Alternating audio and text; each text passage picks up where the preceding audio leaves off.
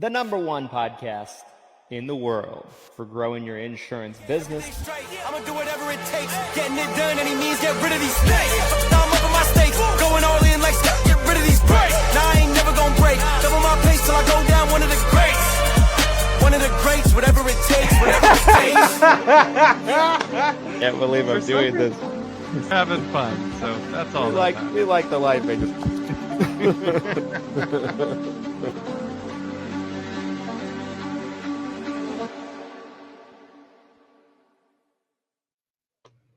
All right, everybody. Welcome back to another episode of the Seven Figures or Bust podcast, the number one podcast in the world for growing your insurance business. It's Monday morning, November 3rd, episode 175, and we're doing a show on a Monday. It's been some time since we've come to you live on a Monday morning. Nice hat, by the way. Yeah. I was trying to think of I was talking to Keith after the meeting this morning, and Keith was like, Glenn doesn't have a lot of loyalty as a fan. I'm like, I couldn't remember the term for that. Whoa, bandwagon fan? Yeah, that's thank you. Okay. Bandwagon Sometimes fan. you have two or three fan. teams that you like, okay? And they just happen to be the winners, the teams that win. NBA as an example, do you not have like a top two or three teams? No, I root for the Jazz. There's players I like, but I'm not really like rooting for any teams. Rooting for the Jazz, and my heart is consistently broken. Yeah, I don't know how you can stomach that, to be honest. That's all right. I'll take the bandwagon hate. The Dodgers are like my second favorite team. Obviously, I'm a fan of the local baseball team, which is the Mariners. I wanted to see the Jays lose because they beat the Mariners. And LA happened to be my second favorite baseball team. So call me a bandwagon fan if you want. That's fine. I'm okay with it. Go Dodgers. Back-to-back champs, baby. I like certain players. I like being right. Is what I like the most. So like if I predict a team is going to win, I want that team to win solely so I can say that I was right. That's my only motivation. Oh my God. That's hilarious. Speaking of, really fast, I do want to ask you about Halloween. How did Halloween go for you on Friday, sir? We talked a little bit about it. My neighborhood goes all out. Like it's full of young families with young kids. There was like 300 kids out all at the same time. It was like a sea of children. And there was so much festivities. Like one of my neighbors was out like grilling hot dogs for everyone. And like, There was like a pumpkin, like or an inflatable pumpkin that was like bigger than this guy's house and in front yard. It was huge. There was just so much going on. I was a little disappointed, though. My daughter, who's 6, she only wanted to go to about half of the houses because the decorations on some of the houses were too scary, and she just wouldn't go up to the door. And I was like, come on. It's like she just wouldn't do it. Like one of the houses had like a big spider on the roof, and she thought the spider was going to drop down and get her. I'm like, this is crazy. I'm like, I'll go with you. She's like, nah. She like wouldn't do it. That's too bad. We trick-or-treated for like 45 minutes, and then she wanted to go home. So it was okay. It was all right. Well, what's funny is my kids are usually in the same boat where they get tapped pretty fast. Also, historically, we have really bad luck where it rains. Like probably 8 out of the last 10 Halloweens, I think it's been raining, which this was no different. My youngest, however, though, was just so logged in, was absolutely loving it. 5 years old, just wanted as much candy as he could possibly get. Nothing could stop him. So that was super fun. To transition, though, into this main topic, which I think we have a lot to talk about today. And it happened on Halloween, which is why I'm bringing this up right now. Right.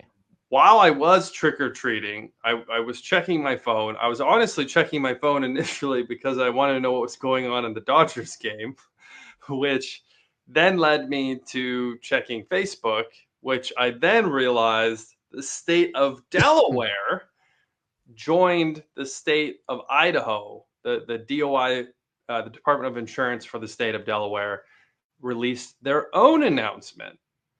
A bit of a trick or treat of our own here in the insurance world, which I immediately started smashing my phone, sending text to Christian saying, wow, look at this. Because if you watched our last episode, we talked about exactly this. Christian said he likes being right. Well, he was right on this one. Nostradamus, Mr. Medicare Nostradamus, Christian Brindle.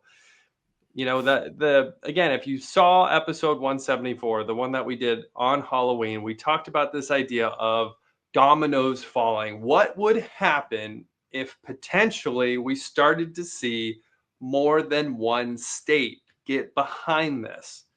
And sure enough, a second state, it honestly, the feeling I had Halloween night, to be honest, it was very close to that feeling when we were streaming live talking about Final Rule and then Final Rule drops. It was that same kind of feeling. I was like, wow, we were just talking about this and here we are.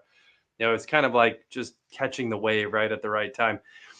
So tell me what were your Halloween night? I'm texting you. You realize that this happens. What was your first reaction when you saw that text from me?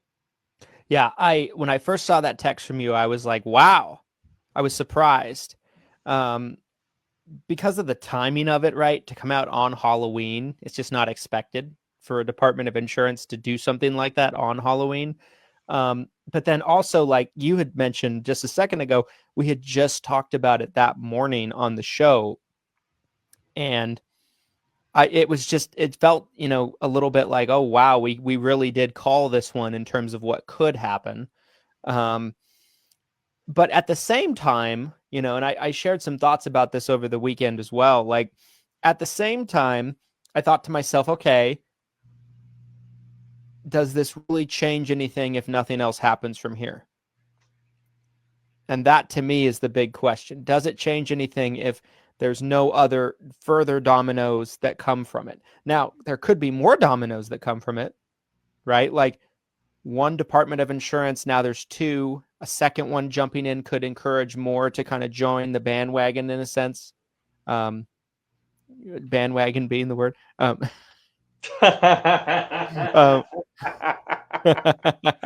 Bandwagon fan, Idaho State DOI fans. Idaho State DOI hat. Idaho State. I'm just a bandwagon Idaho DOI fan, guys. No, but you know, two DOIs stepping forward is certainly more powerful than one in terms of encouraging more DOIs to kind of join the cause and link arms. One thing we talked about on Friday's show was on the surface by itself, this act of Idaho DOI doesn't do anything in terms of the carriers. But what it could do is inspire others to step forward and join the cause, and that could have real lasting momentum. So does this second DOI, yet another state, by the way, that carriers really don't care that much about? It's not a very lucrative market for them. It's kind of like Idaho 2.0 in that regard. There's a lot of suppressed plans. The carriers don't find that market very profitable. So Two markets that kind of mirror each other in that regard. Does this on the surface actually do anything? And to me, that's the real question. I think it does if it contributes to more DOIs joining. But I think if it just stays where it is right now, I don't know if it changes anything from when it was just Idaho. And so that's my kind of thoughts on it. There's a lot to unpack here, and there's a lot of thoughts I have on that, but that's my first initial thoughts when I read your message. So to kind of mirror that question, you know, first thought, well, one is Friday. If you had asked me on Friday, like as we were talking about this potentially happening, and you asked me, Glenn, what do you think the likelihood is of another state DOI coming forward? I honestly would have told you I thought the odds were relatively low.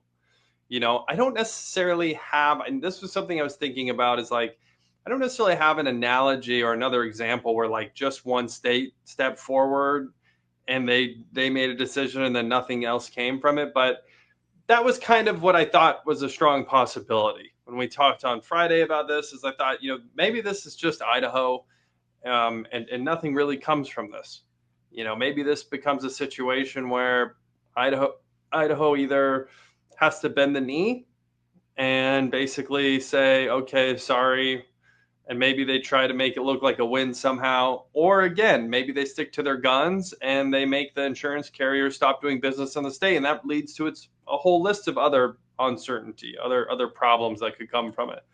So I think the biggest surprise to me was another state joined, and it joined pretty quickly. Mm-hmm. So now if you were to ask me, do I think I think there is a pretty strong possibility we will see another state. Now that we've seen two, I would say the possibility of a third is pretty high. But will it be another market where the carriers don't really care? Is this North Dakota, South Dakota, Wyoming? Yeah, but even that being said, I think there's power in numbers. I also think I would argue there's something with Delaware being as close to Washington, D.C. as it is, that there's a bit more relevance. There's something about Idaho being just out here in the West where I don't feel like it means as much as Delaware is more of a politically charged state and it's closer to Washington, D.C. So I do think there's something about that to be said. I don't know if that really matters or not, because like you said, I mean, from a market perspective, it's a pretty small state. So I don't know if the carriers really care.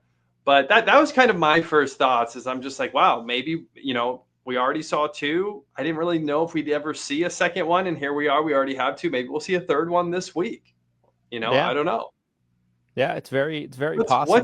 What's your gut reaction right now? Gun to your head. Will we see a third state?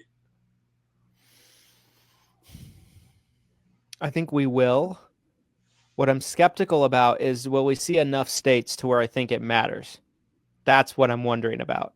I think we need 10 or more states. That was my number too. 10 was my number, especially if we're talking about these small market states like what we've seen. But I think if we got to 10, that would be my breaking point. That was the exact number I had in my head. I think or alternatively, we see a big state jump in.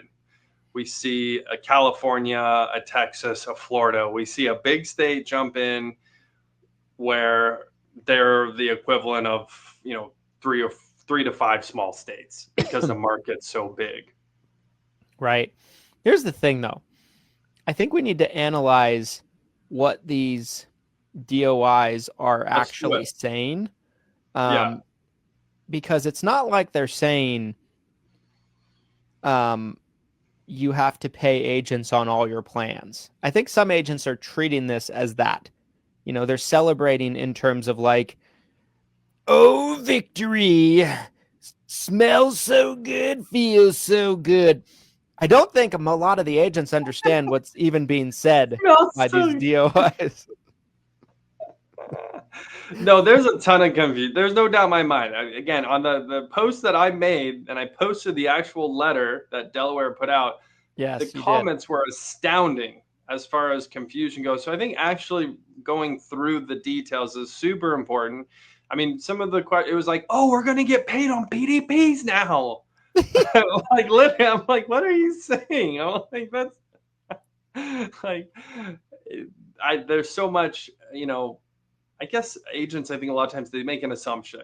They see a headline or they read the post and they just kind of make up their own definition. So I think going through specifically what's in the letter is super important. Yeah, because I don't think it's something that's going to necessarily cause the carriers to knuckle under, which we talked a little bit about on Friday. I think it's a step in the right direction, but I think there's a lot more to this than what might meet the eye. So let's jump into the exact document itself. So this is your post. Tell me if you can see my screen. Yes, sir. On Friday, on Halloween. Okay, so from the Delaware Department of Insurance, it went out to all carriers and producers transacting insurance with Medicare eligible residents in Delaware, which something that was interesting there, the Idaho ones went out to specific carriers by name. This one is out to all carriers, which is kind of interesting. Unfair trade practices in marketing insurance products to Delaware residents eligible for Medicare. This bulletin supersedes forms and rates bulletin number 10. I'm just going to skip all this.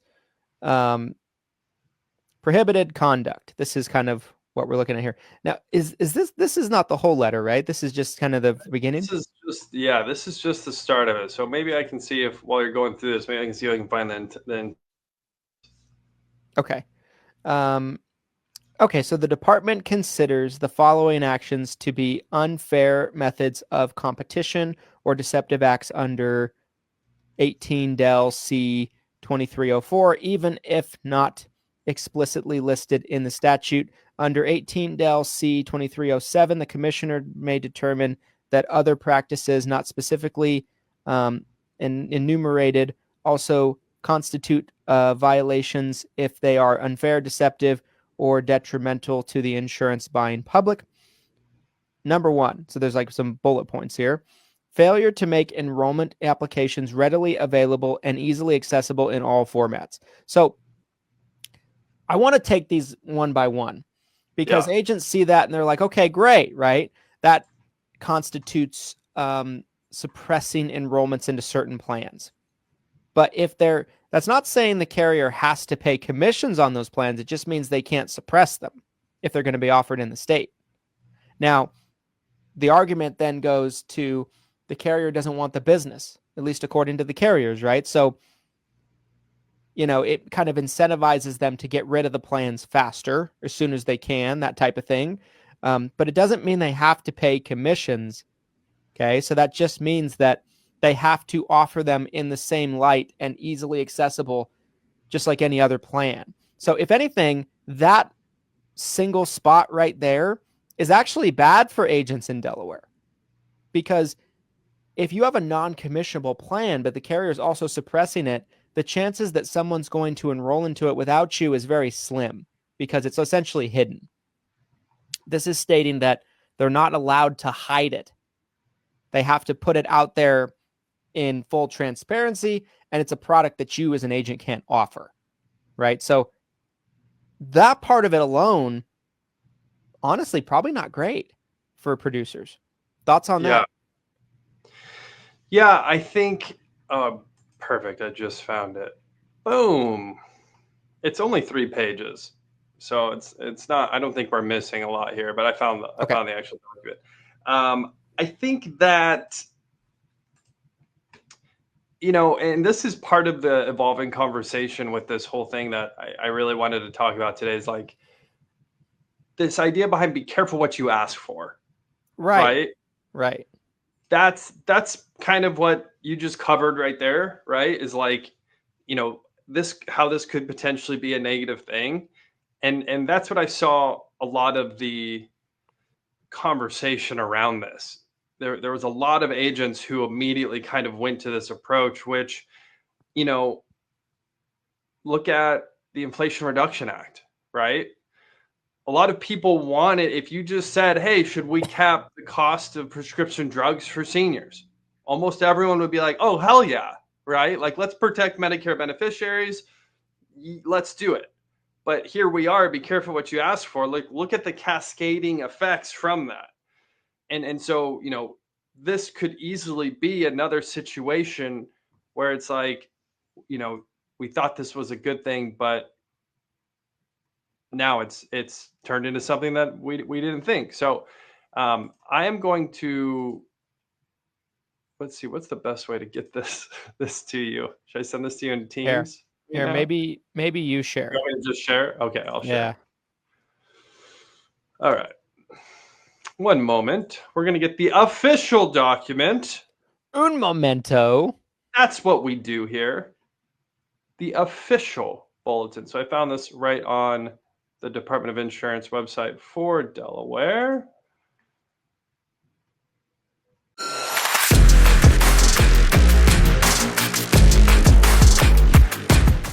This episode of the Seven Figures or Bust podcast is brought to you by Everything Senior Insurance. Guys, if you're looking for an FMO in 2025 to be a partner with you and really support the overall growth of your business, Everything Senior Insurance is the one-stop shop to allow you to get plugged in with great resources. Whether it's ACA contracts you're looking for, whether it's Medicare contracts you're looking for, whether it's final expense and life contracts that you're looking for, Everything Senior Insurance has got you covered.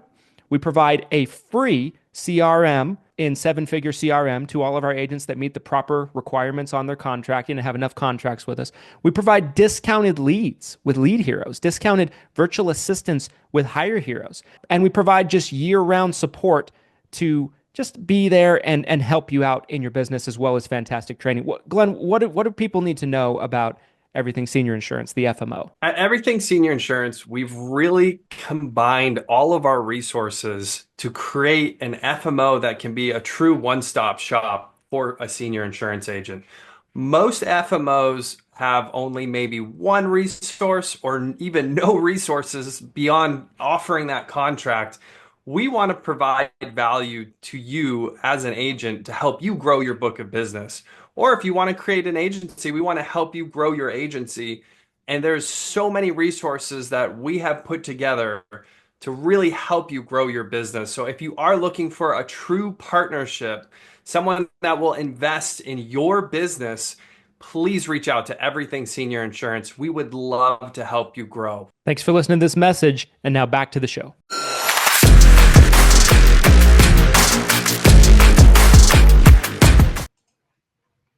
Here we go. Can you see my screen, good sir? Yes. Okay, so let's go to the next. Maybe zoom in a little bit as well, if you can. Okay, so let's go to the next bullet point. Okay, so I think we should take these one at a time. So the next one is discouraging or dissuading producers from marketing or selling approved products. A little vague, right? So discouraging, you could almost say that ties in line with the first bullet point there about suppressing plans. It's not necessarily saying like you're discouraging an agent from selling a plan.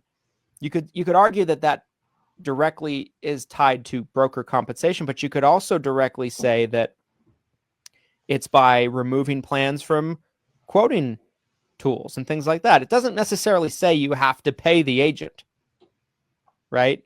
Correct. The next one, modifying or eliminating producer compensation mid-year. My argument to that would be, I guess my question to that would be, if not mid-year, then when?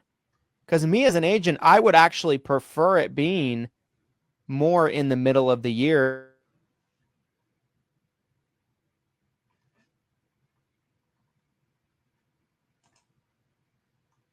I lost you for a second here. You froze on me. Assuming it's you and not me. That's Sure. that's and I can take off me. It could be probably any time. But hello, did you lose me? Yeah, I lost you there for a second. You said the last thing I caught was if not mid-year, then when? Okay, yes. Yeah, so I would much rather them make plans non-committal.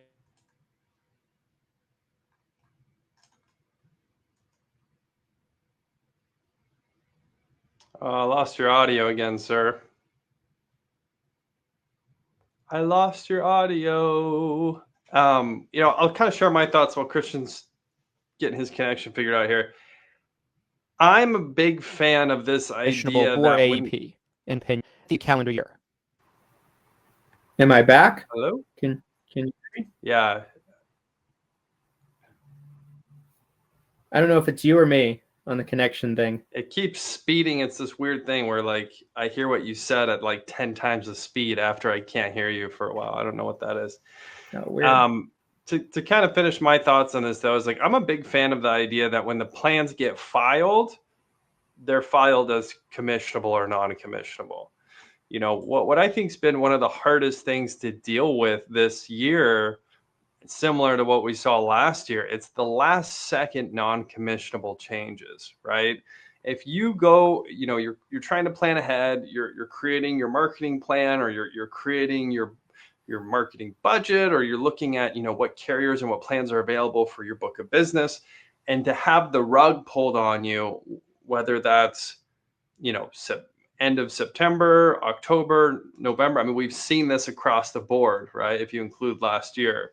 So I'm a big fan of making this a lot earlier, and making that a rule. I mean, if CMS was to adopt something, this is what I would love to see adopted. I would love to see something adopted early on where the plan, that rug pull, again, if we could try to eliminate that rug pull on agents when it comes to these non-commissionable plans. Because something we've talked about a ton on the show, and Christian can speak to this, is there's always been non-commissionable plans. Like, the idea of a non-commissionable plan isn't new. We haven't seen the scale, and we haven't seen the timing like we have over the past couple of years. There's more non-commissionable plans than ever. And we've never had it where right before or during AEP, we're seeing those non-commissionable plans come to fruition. So in my opinion, that's been the worst part and the biggest net negative effect. So huge fan of modifying or eliminating, like it says here, modifying or eliminating producer compensation mid-year. So let's draw a deadline, whether that's June 1st, July 1st, or when the carrier files that product in the state. Let's do it then. I think that would be great. We have multiple Christian Brindles. There's more than one. He's cloning himself. Sorry about that. No, you're good. I hope that fixes my connection issue. So I didn't hear everything that you said, but what I did hear was kind of the rug pulling, right? Happening yes, mid-year. Yeah, that was the gist of it. Yeah. That kind of ties into the next bullet point there, which is withholding compensation on products that were filed with commission built into the rate structure. That part of it, I think, is pretty easy for carriers to navigate. Instead of filing them as commissionable, they'll just start filing them as non-commissionable. Like, I don't know if that really bodes too much long term. But what it might do is it might give us more advance notice on plans that are going to be non-commissionable. That's what that could do, which I think that kind of goes into what you were saying about having more notice and preparing for AP in terms of that. Yeah. One thing that we've talked a lot about with some of these last second changes is like, what new information did the carrier really get that they didn't know before? When we get an announcement last day of September or first week of October, right? What information did they possibly get that they couldn't have done this significantly sooner, right? I think that's a really strong argument to be made here. So, even if it's not filed, even if compensation isn't, even if we don't lock them down on compensation when the product gets filed in the state, I think there's got to be a deadline. There's got to be a deadline for announcing these non-commissionable plans. And that's essentially what's being listed here. So I'm all for this. Well, the problem here is the word announcement isn't there. Right. It doesn't say anything about when they have to announce it. It has to do with how they file them. They could still announce it today under these terms. Correct. So that's where I look at this and I think it's being misinterpreted for what it's actually telling these carriers they need to do. I think there's some good things in here, but there's some things I wish were here that aren't, I guess. Yeah. There's some vagary, just like the, mid-year, like what does mid-year mean?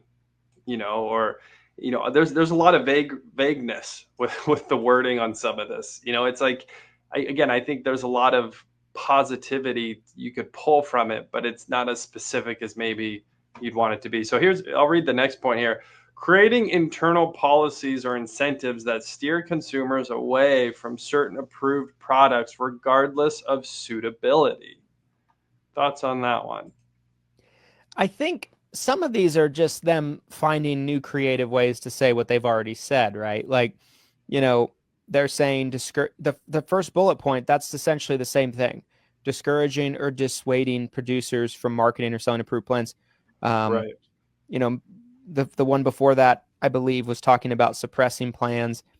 Same thing, right? Like steering people away from plans they don't want sold. Yeah, it's kind of more of the same of what they've already said there.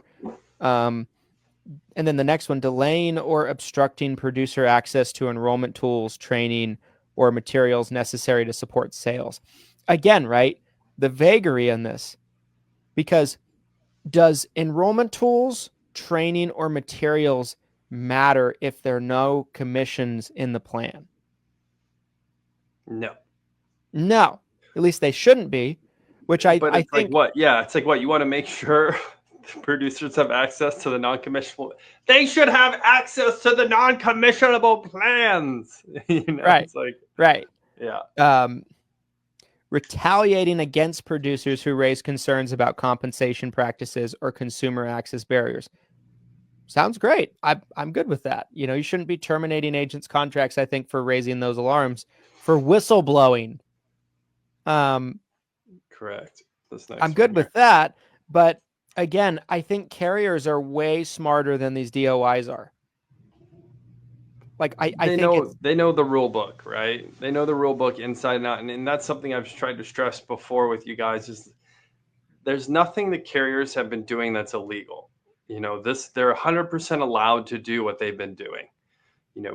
Being a part of our contract agreement with these carriers is that they can change the compensation. It's up to them, right? And they can do it anytime, right? A shout out to Randy. He has the link to this document in the comments below this video. So if you guys want to actually see this document that the state of Delaware DOI put out, feel free to grab that link and share it if you'd like to. Now we can kind of continue on here. Yeah, a lot of vagueness in those bullet points, but at the same time, it's like, how can you be hyper specific with some of this without sounding insane? Like putting an actual deadline in there. Like, I mean, they could have, right? They could have tried to draw up some specificities. I can't speak. Some specifics, but I don't know if they're really capable of in a document like this because they're not able to, they're not, you can't legislate. That's not what this is, right? Right.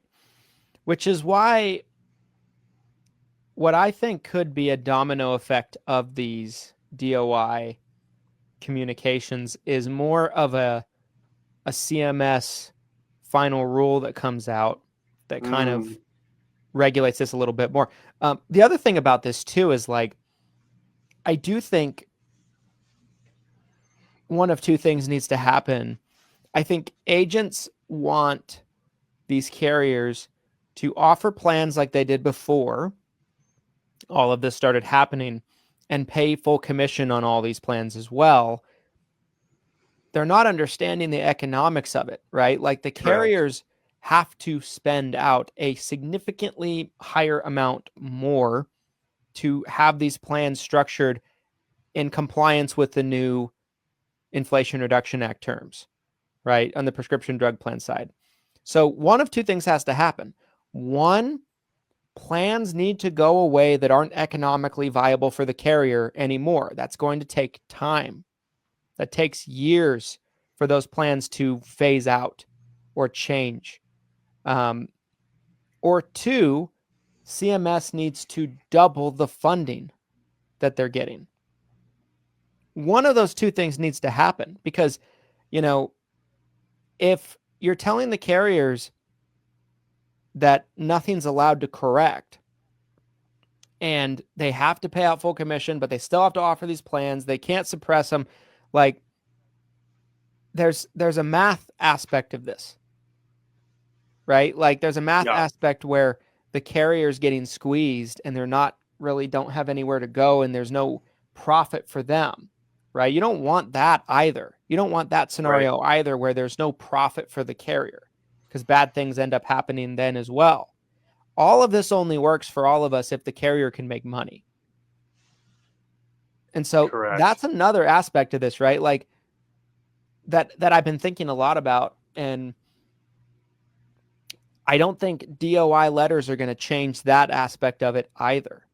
I think as long as things are the way they are, I think the carriers will just find creative ways to maneuver around this vagary and keep doing the same things they're already doing, but maybe be a little more calculated about it. Maybe they, you know what I mean? Maybe they put out their non-commissionable plans a few months earlier. But do they have any less non-commissionable plans? Probably not. It's probably the same amount. Do agents get any less upset? Probably not. Yeah. I think it's another piece of the puzzle. And this might be a good time to bring up this situation that I saw come up this weekend with this state of Delaware jumping into the mix. There were several agents, not just one, but several agents who were almost panicked, I would say, based on the comments and some of the commentary I was reading, where they were concerned that this type of pressure on the insurance carriers could result in all commissions being taken away. That basically the carriers will be like, you're bothered about how we're rolling out these plans as non-commissionable? Well, then too damn bad. We're taking all the commissions away. We're done paying you guys. This has been a pain in our ass. Thoughts on that? Because I saw, again, like I said, several agents who were concerned as if this was a real possibility. I mean, I think we've been on a natural progression already where the market is correcting. I've been saying that all along, right? Right. I've been very consistent for the past year saying that plans need to go away that aren't economically viable anymore with the new structure. Plans are going to pressed and non-commissionable that it will soon go away. The next opportunity they can go away. And it's a 2 to 3 year reset. I think we were on that track as is. I do think that if there's not a solution presented in the way that I talked about a second ago, right, where there's either more funding put it down or the carriers have a way to get out from under these plans, one of the two, then I guess it's possible that the carriers do go to that length. Although I do think that we're on a course for correction. I really do believe that. I don't think that this is the new norm, like so many of you might think. You know, I've been saying that this would happen for a year in exactly this way, and it would happen for 2 to 3 years. And many of you just don't pay attention. You only see what's in front of your face. So I like holding the carriers accountable. I like, kind of keeping them in check in some regard, but I do think there's a limit to where if you do squeeze too much, bad repercussions can happen because, like I said a second ago, the carriers have to make a profit. You can't put these new regulations in place where they now have to spend out tons more on prescription costs. Their funding isn't where it needs to be to reflect that. And in addition to that, they don't have any time to course correct the market. So I don't know if it's going to go that far necessarily, but I do think that it could be a little premature in terms of squeezing them, because it's like, where are they supposed to go? Like, what do agents expect the carriers to do, I guess is the question. I don't know if anybody can answer that question, because these problems that we've talked about are there. They're not going anywhere until there's course correction. So to put a pin in this for a second, I want to talk about the sponsor of today's episode 175 of the 7 Figures or Bust podcast. It is brought to you by the 7 Figure CRM. Mm-hmm. If you are looking for a system that can help automate your lead nurturing or your lead follow-up, if you're looking for a way to stay on top of your leads, because right now you are letting people fall through the cracks, look no further than the 7 Figure CRM. For $197 a month, you get access to everything inside the 7 Figure CRM, including templates, landing pages, some of the best support in the industry. I want to stress that because there are so many other CRM systems out there where they do not have any support. That's something that's important to Christian and I, and part of the reason why we designed this CRM system ourselves.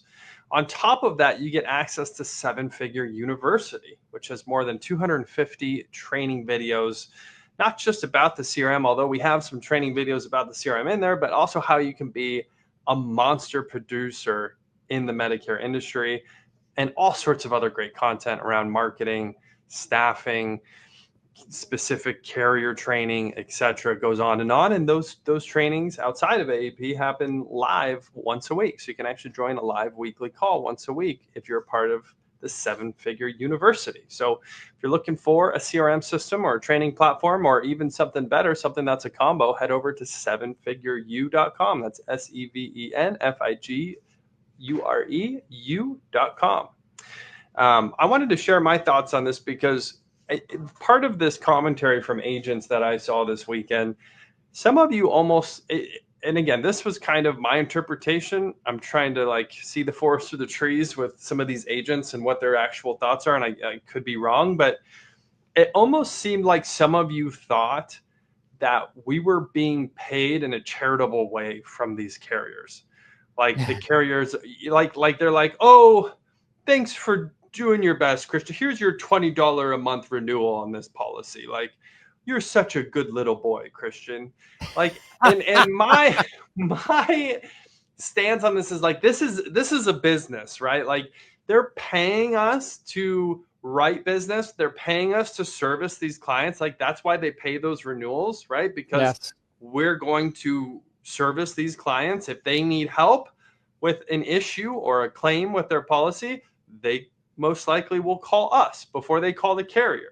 If they need to be switched into a new policy, they're going to call us before they call the carrier. There's a reason they pay us. They don't just pay us for frivolous reasons. There's a monetary reason why the carriers want to pay us. And at 66 million beneficiaries today, and that number growing all the time, I'm estimating hundreds of millions of appointments and phone calls that have to happen every year. And who's going to do that? And someone commented after I said that, someone was like, well, I'll just hire a few more people in India and grab a few more in-house agents, and the carriers don't need us anymore. And it's like, I don't think you understand the scale of this. Like, if it was that easy, why would they not just cut us already, right? If it was that simple, if they could just hire a few more in-house agents, get a bunch of remote workers, and then just cut all brokers and agents out. Like, if it was literally that easy, why wouldn't they do that already? Because I don't think they can. I think this business right now, for better, for worse, they need us. We are a requirement. And so paying us and making sure we're happy is kind of part of the deal for the immediate future, at least. Yeah, I agree. I completely agree with you. I think the agents, the agent thought process that said that to you is totally looking at this from the wrong lens.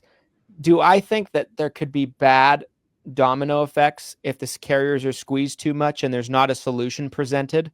They're not allowed to course correct for 2 or 3 years like they need to, right? They're being hammered because of it, and they're not provided more funding. If one of those two things doesn't happen, right? What I think is far more likely is because, like I said, like I've been saying, right? If the carrier is not allowed to make a profit, does the carrier want to play in the game? Probably not.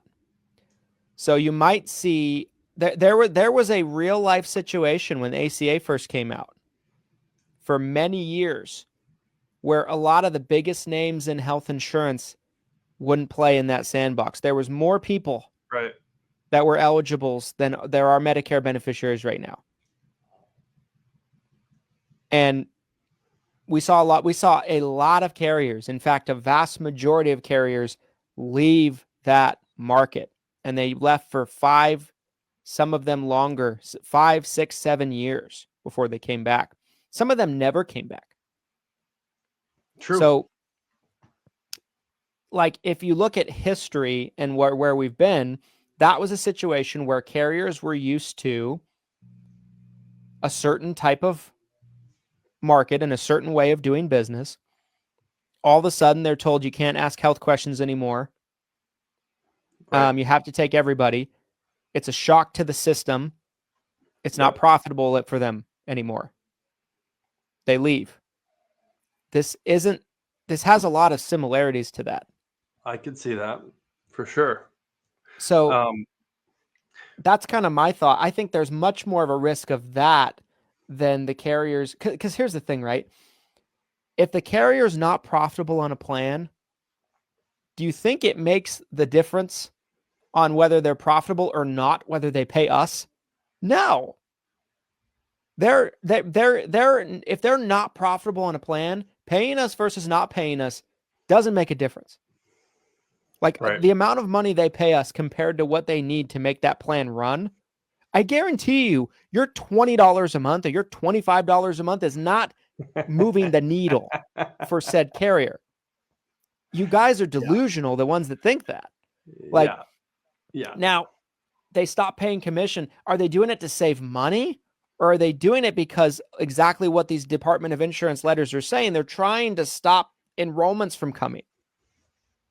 Right. So like, so to clarify that, like the cost of healthcare with the plan far supersedes paying us or $20-$25 a month.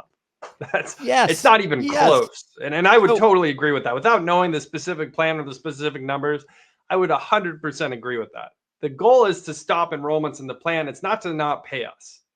Right. It's not like they pay you the $25 a month and all of a sudden they're in the red. They save the $25 a month and now they're thriving. No. That's not what we're talking about here.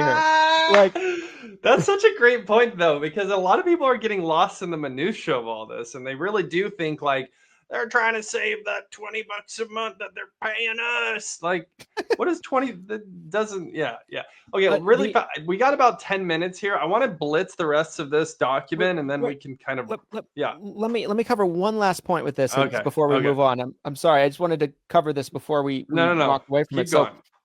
So, the average Medicare Advantage carrier, the number we've always heard is they get funded around $1,000 a month per beneficiary. In some areas, it might be more, but that's probably relatively where they're at, right? They have to spend 85% of their funding on benefits. So they're spending $850 a month at least on the plan benefits. So if you think they're going to save that $25 and that's going to push them over when they're already spending minimum $850 a month on the benefits, that's what we're talking about here, people. That's like the same type of affiliate fee a credit card company might get, right? We're talking about like a 2.5%. Like our payment is meaningless in the system here, guys. When you're talking about a beneficiary that might end up racking up several thousands of dollars, if not, I mean, think about it. Some of these beneficiaries could be racking up tens of thousands of dollars a month in medical expenses, and they're only getting $1,000 a month. Roughly estimated here. So I mean, that's the situation that they're worried about.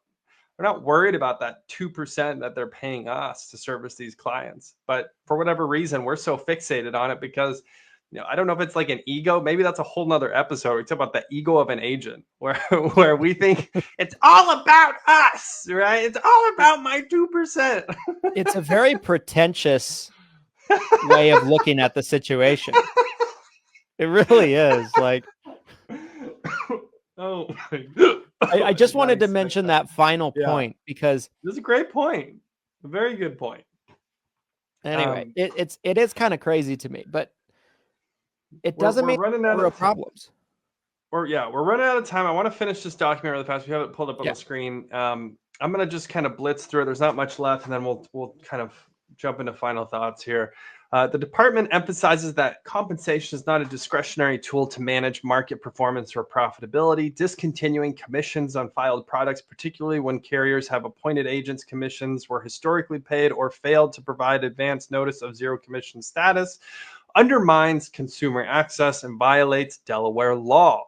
These actions also adversely impact fair competition in the Medicare market. Carrier and producer responsibilities. All carriers and producers must act in good faith and in full compliance with the Delaware and federal law. Products have been filed and approved for sale must be marketed without artificial barriers, discriminatory practices, or disincentives. If a product was filed with the expectation of producer compensation, carriers must honor that commitment. Only carriers that explicitly filed plans with a documented zero commission structure may avoid paying commissions. Any other attempt to suppress compensation or manipulate sales incentives is considered unlawful. Producers have a legal and ethical duty to prioritize the best interests of the consumer. They must assist individuals in selecting plans that best meet their needs, with consideration given to prescription drug coverage, provider access, overall cost, and affordability. Compliance and enforcement. The department will actively monitor market conduct to ensure compliance with both Delaware law and federal guaranteed availability protections under Medicare statutes. Violations may result in enforcement actions, including but not limited to orders to cease and desist from unfair or deceptive practices, suspension of licenses, administrative penalties, etc. It cites specific laws. Carriers and producers are strongly encouraged to review their compensation policies, marketing practices, and enrollment procedures to ensure full compliance. Questions can be emailed to compliance@delaware.gov, and it's signed by the insurance commissioner. All right, so we made it through the entire document. It doesn't have to necessarily be final thoughts, but maybe final thoughts on the document since we just finished it. Anything there that stands out? No, I mean, it's kind of a lot of the same, like I understand the whole point of it. Again, I don't know if it necessarily gets to the crux, though, of the situation. I do think there's some things that the carriers could have been doing better in terms of all of this, right? Like giving more notice on non-commissionable plans certainly seems like something that they could have done better on. To your point, right? Like what has really changed that much that they didn't know about earlier, that they couldn't have given more notice on? Why give notice during AEP? I understand what the carrier would say. The carrier would say, AEP started, we're getting more volume of enrollments into certain products than we thought we would. That being said, a lot of the non-commissionable notices came out before the 15th even happened. You know what I mean? So like what apps are you really seeing? What enrollment numbers are you really seeing? So I understand that part of it. But if the agent's expectation is for the carriers to pay commissions on every single plan, first of all, they've never done that. Surprise to some of you guys, there's always been non-commissionable plans. As long as all of you have been doing this in Medicare Advantage, it's always been a thing in some form or fashion. And so, but I do feel like some agents think that is what the carriers need to be doing. It's almost like there was a story that came up about a year ago. There was a radio show that existed in the early 2000s, and it was a little provocative, right? It was a shock jock show. There was a clip that resurfaced, an old clip of theirs where they were grilling a celebrity and, like making fun of the celebrity to their face. It went viral. It was, I think, Paris Hilton. It resurfaced, went viral. Okay. There's a bunch of people on the internet that were like wanting to cancel the show. But the show's had been canceled for 10 years already. So there's a lot of that going on, right? It's like that's a great analogy. That's the analogy that I use here. It's like stop the non-commissionable plans. It's like it's been happening and you just didn't even know. Stop the count. Right. Like there's so many of you, like you see a post in a Facebook group that's doom and gloom and you just go ballistic about it. And so, yeah, I think to summarize my thoughts in the document, there's some good things in there. I don't know if it necessarily solves the problem. I don't know if any Department of Insurance can solve the problem. I think like I said, I like the carriers being kept in check. I don't think that's necessarily a bad thing. But I do think there might be something to it, to where if they're squeezed too much and there's no solutions presented forward where they can be profitable, there's probably bad things that end up happening in the long term. Yeah. One thing that stood out at the end of that, this was just a bulletin. This was just an announcement. This was not a cease and desist. They threatened a cease and desist at the end. They threatened administrative penalties or fines. They threatened revoking licenses if this type of behavior didn't change. But as of right now, this was just basically like an announcement saying, hey, we're aware of what's going on and we don't agree with it. And we feel that it violates Delaware state law. So, again, similar fashion to what we saw with Idaho. Idaho released a bulletin like that before they actually filed a cease and desist with the specific carriers. So it'll be interesting to see what happens. I'll kind of jump into my final thoughts. We're almost at top of time here. I want to circle back on what Christian and I were saying earlier. I really do think that the magic number is somewhere around 10. That was kind of my thoughts. We get to 20% of the State of the Union as far as the actual entirety of the U.S. goes. It seems like that's big enough to make waves, to demand some type of change.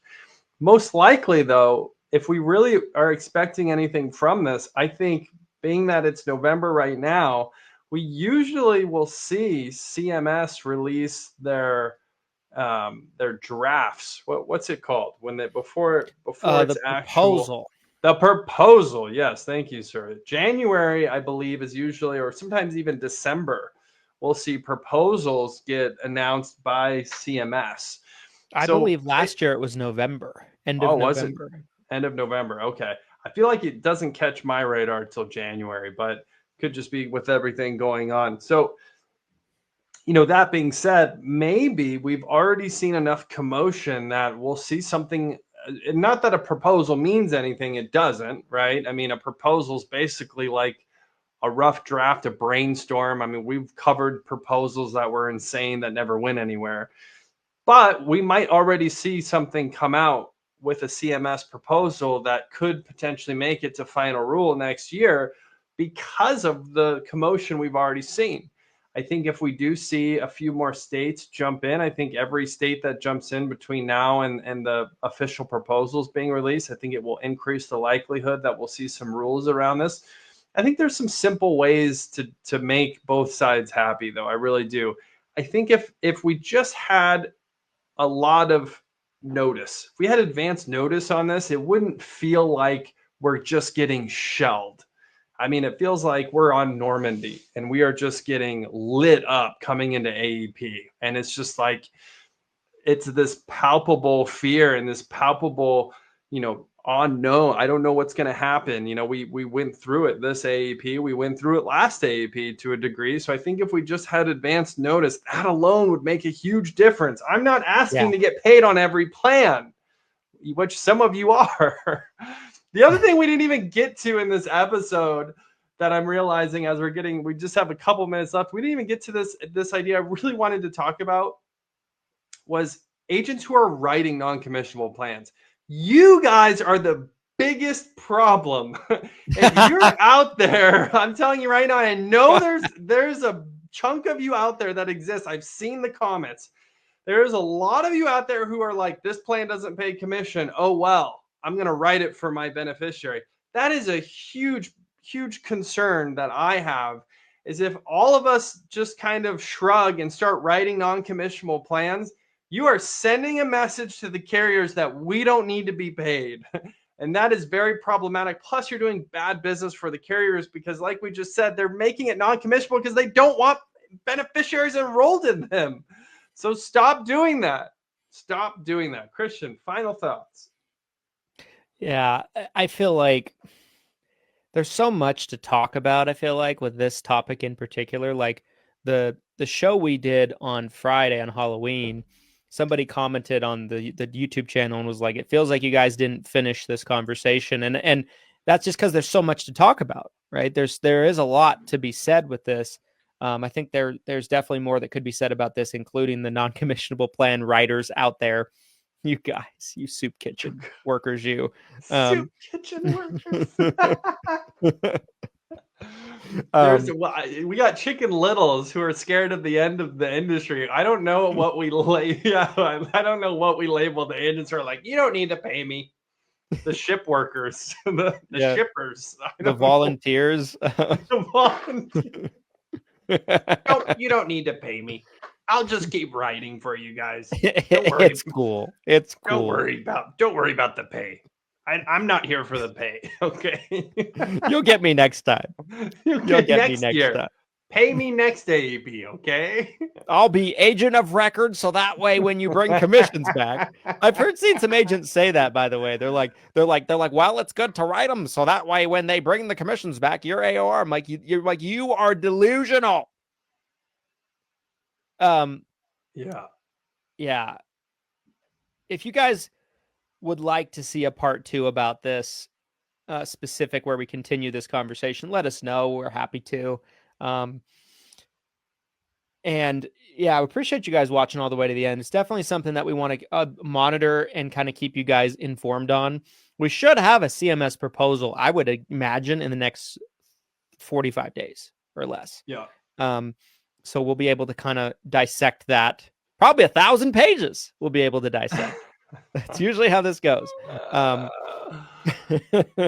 And we'll see you guys on the next episode. Appreciate you watching all the way. Make sure to give us a like, comment, subscribe, a 5-star review, whatever the platform of your choice will allow you to do to support the show. It helps more agents who desperately are, soup kitchen workers, Chicken Littles, find the show who need to hear this information. And until next time, guys, here's to your massive success. And we'll see you on the next one. Thanks, everybody.